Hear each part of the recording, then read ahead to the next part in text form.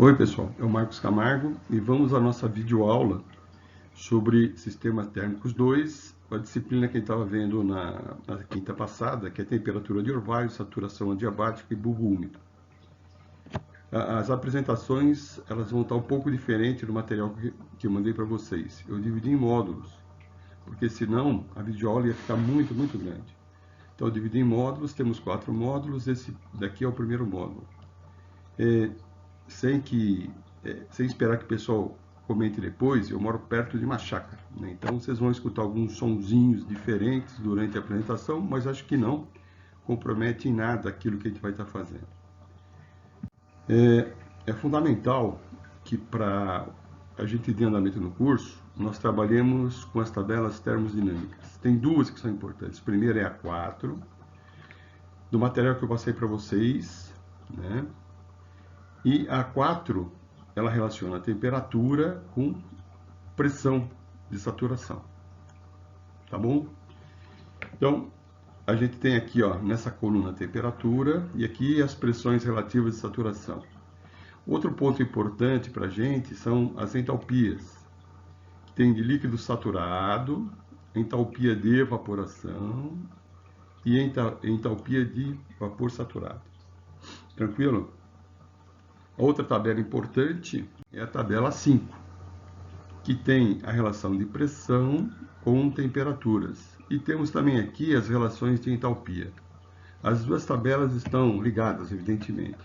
Elas estão dispostas dessa forma para que facilite o nosso trabalho na coleta dos dados termodinâmicos quando a gente precisa. A temperatura de orvalho, como já tinha falado, é a temperatura a partir da qual, se você abaixar um pouco mais a temperatura, vai começar a haver a condensação do vapor que está no ar na forma de orvalho. Tá? Então, a temperatura de orvalho é a temperatura correspondente, né, na temperatura de saturação do vapor.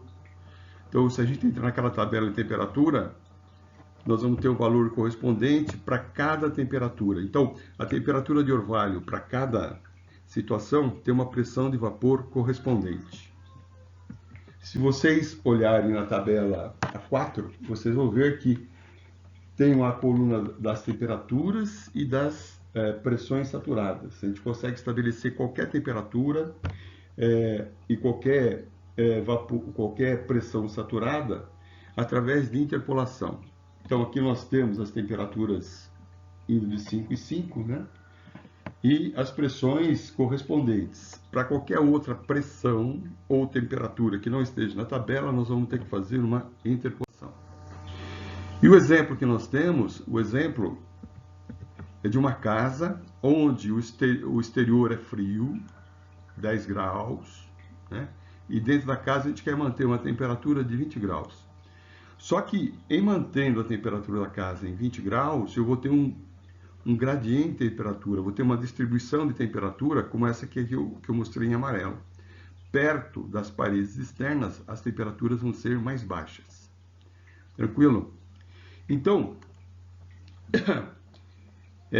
eu quero saber se eu manter a temperatura nessas condições, as janelas, as paredes vão ter a formação de orvalho. Eu faço o que então? Eu vou na tabela A4, olhando na temperatura de 20 graus, eu chego nessa pressão de saturação.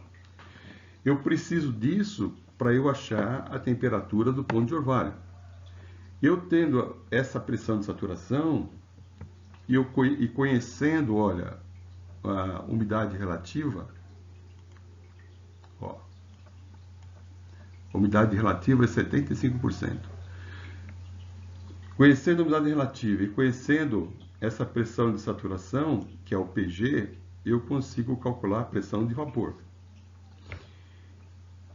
Calculando, fazendo esse cálculo, né, eu chego que a pressão de vapor é 1,7544. Aí eu vou para a tabela A5.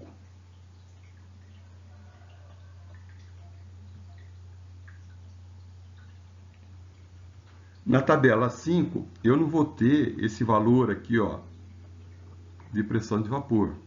E eu vou ter que fazer uma interpolação, certo? Eu não vou ter.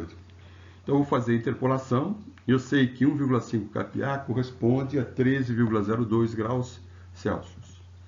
Essa pressão que eu achei, né, para 75%, né, de umidade relativa, eu tenho a incógnita, é o X, eu não conheço, vou ter que definir.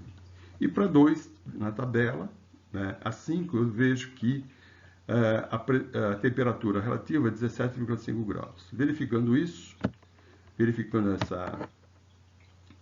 fazendo essa interpolação, eu chego na tabela que o valor é 15,4 graus e, chegando nessa temperatura, 15,4, eu consigo o seguinte, eu consigo saber o seguinte: 15,4, né, está abaixo de 16, certo? Ou 16 graus está acima dessa temperatura, que é abaixo da qual vai ter a formação de orvalho.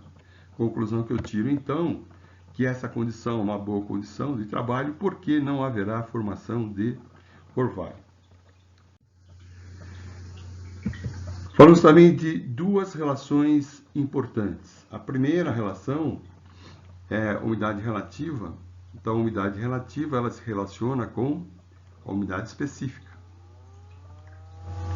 E a umidade específica ela se relaciona com a umidade relativa.